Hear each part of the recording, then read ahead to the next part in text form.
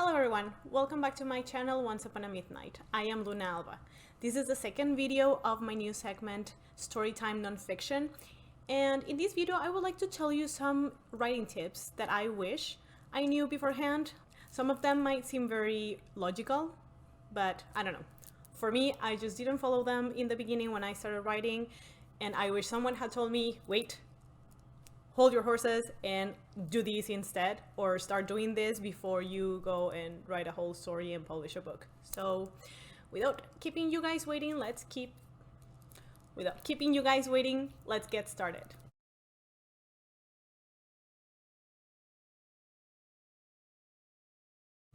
So the tip number one that I wish someone had told me is plan out your characters. And this doesn't mean that when I started writing my book, I didn't plan my characters. I did. I knew who I wanted at least my main 3 characters to be, or like maybe a little bit more than that. But I didn't take the time to actually plan them out, get to know them, know who they are, why they are that way, what's their backstory that maybe we won't read about it, but that build them up to have their own personality. So if you go on Google, there are so many questionnaires that you can read through, and with questions about your characters, like who they are, where were they born, what's their birthday, or even things like what are their habits, bad habits, good habits, if they have a catchphrase, if there is phrases that they say very often, or things that they don't like, things that they like. There are so many. I actually found a list with like 100 questions about your characters. You don't really have to know the answer to all of these questions, but knowing some of those things always help. And I didn't do it, and I kind of like build up those things as I was writing, and that doesn't mean it's wrong. Well, I guess it doesn't mean it's wrong or a wrong way of doing things. But if I had planned it a little bit more, it would have been easier to know how they're going to react towards certain things or certain situations that I have to encounter throughout the story. So planning your characters beforehand, it's a really good idea. Okay, so the tip number 2 that I wish someone had told me is don't stop writing. And this doesn't mean that you have to write your work in progress every single day, like nonstop. Obviously you need breaks, and then life happens and you have to like stop writing for a couple of days, or you're gonna trip and you don't have time to write.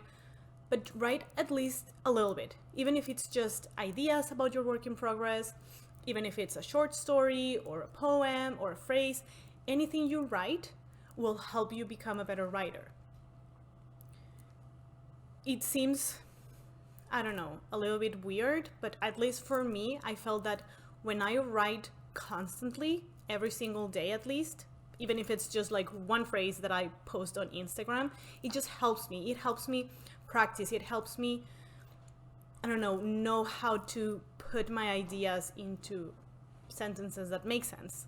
So writing every day is something that helps a lot, not only for your own inspiration, but also for just becoming a better writer.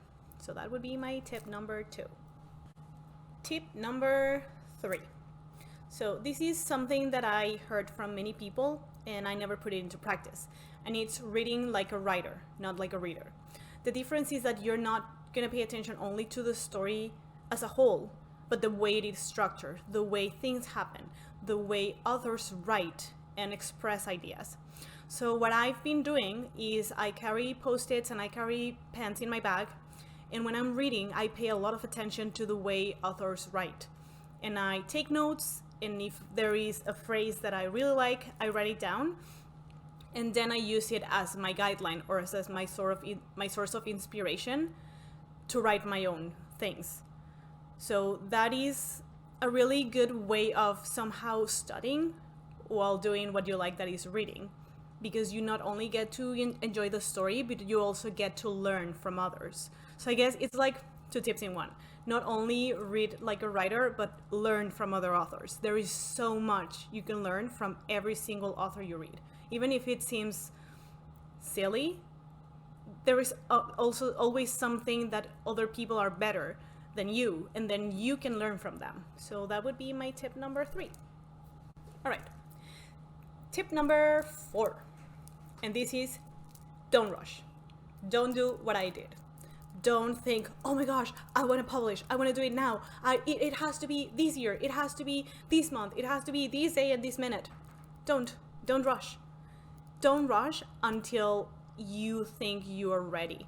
Until you read it or someone else reads it and it's perfect and there is nothing you want to change. I mean, to be fair, maybe there might be always something you want to change about your story or your book, because the more you write, the better you get. And then you see those mistakes that you didn't see when you started writing. So don't go there. Like, don't be obsessed with changing everything. But just don't rush. Take it a little bit a little bit at a time. I think I rushed when I published my first book, Viento Tejedor de Sueños, which is in Spanish and which will have an English version called Wind Weaver of Dreams.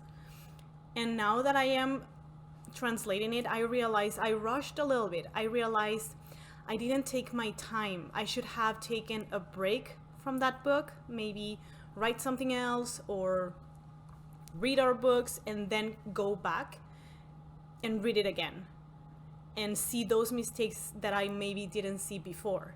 This is obviously if you're attempting to self-publish. If you are gonna go traditional publishing, that's a little bit different. But when you are gonna self-publish, don't rush, don't procrastinate, but don't rush.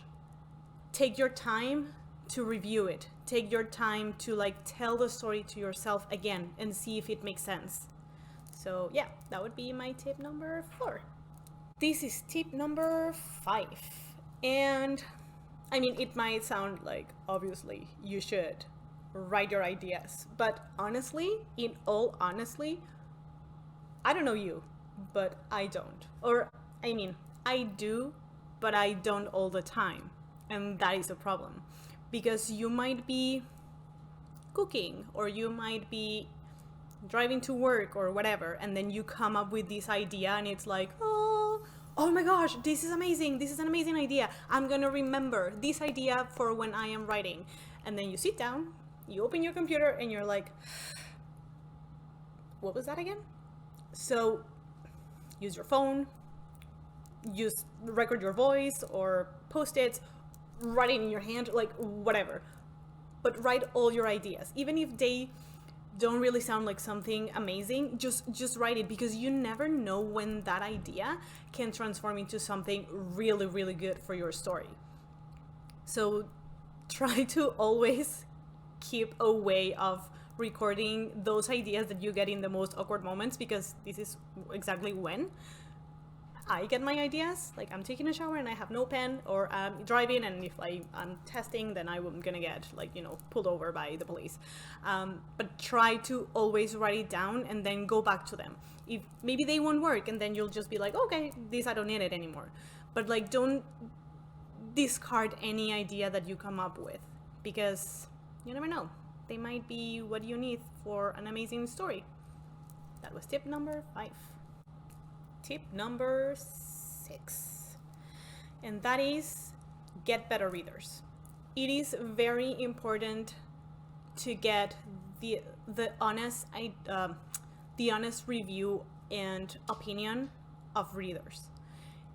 I know there are a lot of people who you can pay them to be your reader, your beta readers.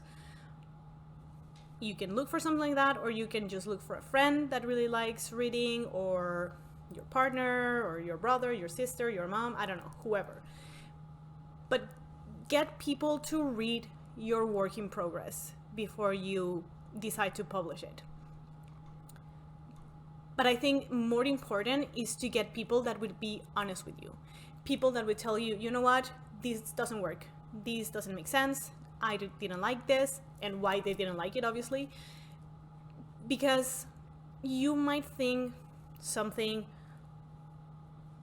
doesn't work, or something doesn't sound right, and then someone else will read it and be like, oh, that was really good. And then you're like, oh, it actually worked, I guess. So getting better readers is very important. For example, one of my better readers is my best friend, Mia Cassis, which is an author as well. And first of all, we encourage each other to write all the time. And she texts me, she's like, continue writing, like I want to see what happens next. And then I do the same, and then we give each other feedback. And it's a really good way of knowing that you're going the right way. It is also important, I think, to get different people.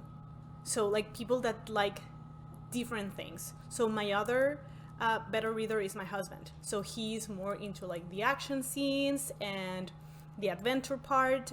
And then Mia Cassis would be the one telling me if like the love part is actually working out. So having those two different people helping me out is really good, because then I get both opinions. The opinions about the adventure part and the mystery part, and the opinions about the love interests and how these romantic scenes are working out. So yeah, get better readers, and don't worry about hearing that people don't like what you're writing. That doesn't mean that you're not a good writer. That just means that there is some chance to improve. So yeah, that would be my tip number 6. And last but not least, tip number 7. And that is build up your fandom before you publish. Make readers and authors part of your writing journey. I read this from an author on Twitter, and I thought, wow, that is a very smart move. Because in my case, I didn't pay too much attention to that. I was like, okay, I'm writing and I will let people know when I finish. But there's nothing wrong with having people waiting patiently for your work to be published. There is nothing wrong with giving sneak peeks, like I've been doing, because I learned from my mistakes. Giving them sneak peeks, giving them a little bit of information, or a little, like even images or something that makes them wonder what your story is going to be about. Make them interested in it, because maybe by the time you publish, you're going to have a lot of people waiting patiently for that, being like, oh, I can't wait because I really like that phrase that she like that, or that you published, or I really like this character that you told me about, or even because they have been with you in that hard work of writing a whole book. They have been with you. They have seen how much you have maybe struggled, or what your source of inspiration is. Maybe they are going through the same thing as an author, and then they will read your story and feel like confident and maybe they'll be confident and they will also finish their book, and then you will read their book, and then you'll be friends, and you'll be writer friends, and that's amazing. So yeah, build up your fandom before you publish, because that's a really good thing to do. That will be my tip number 7.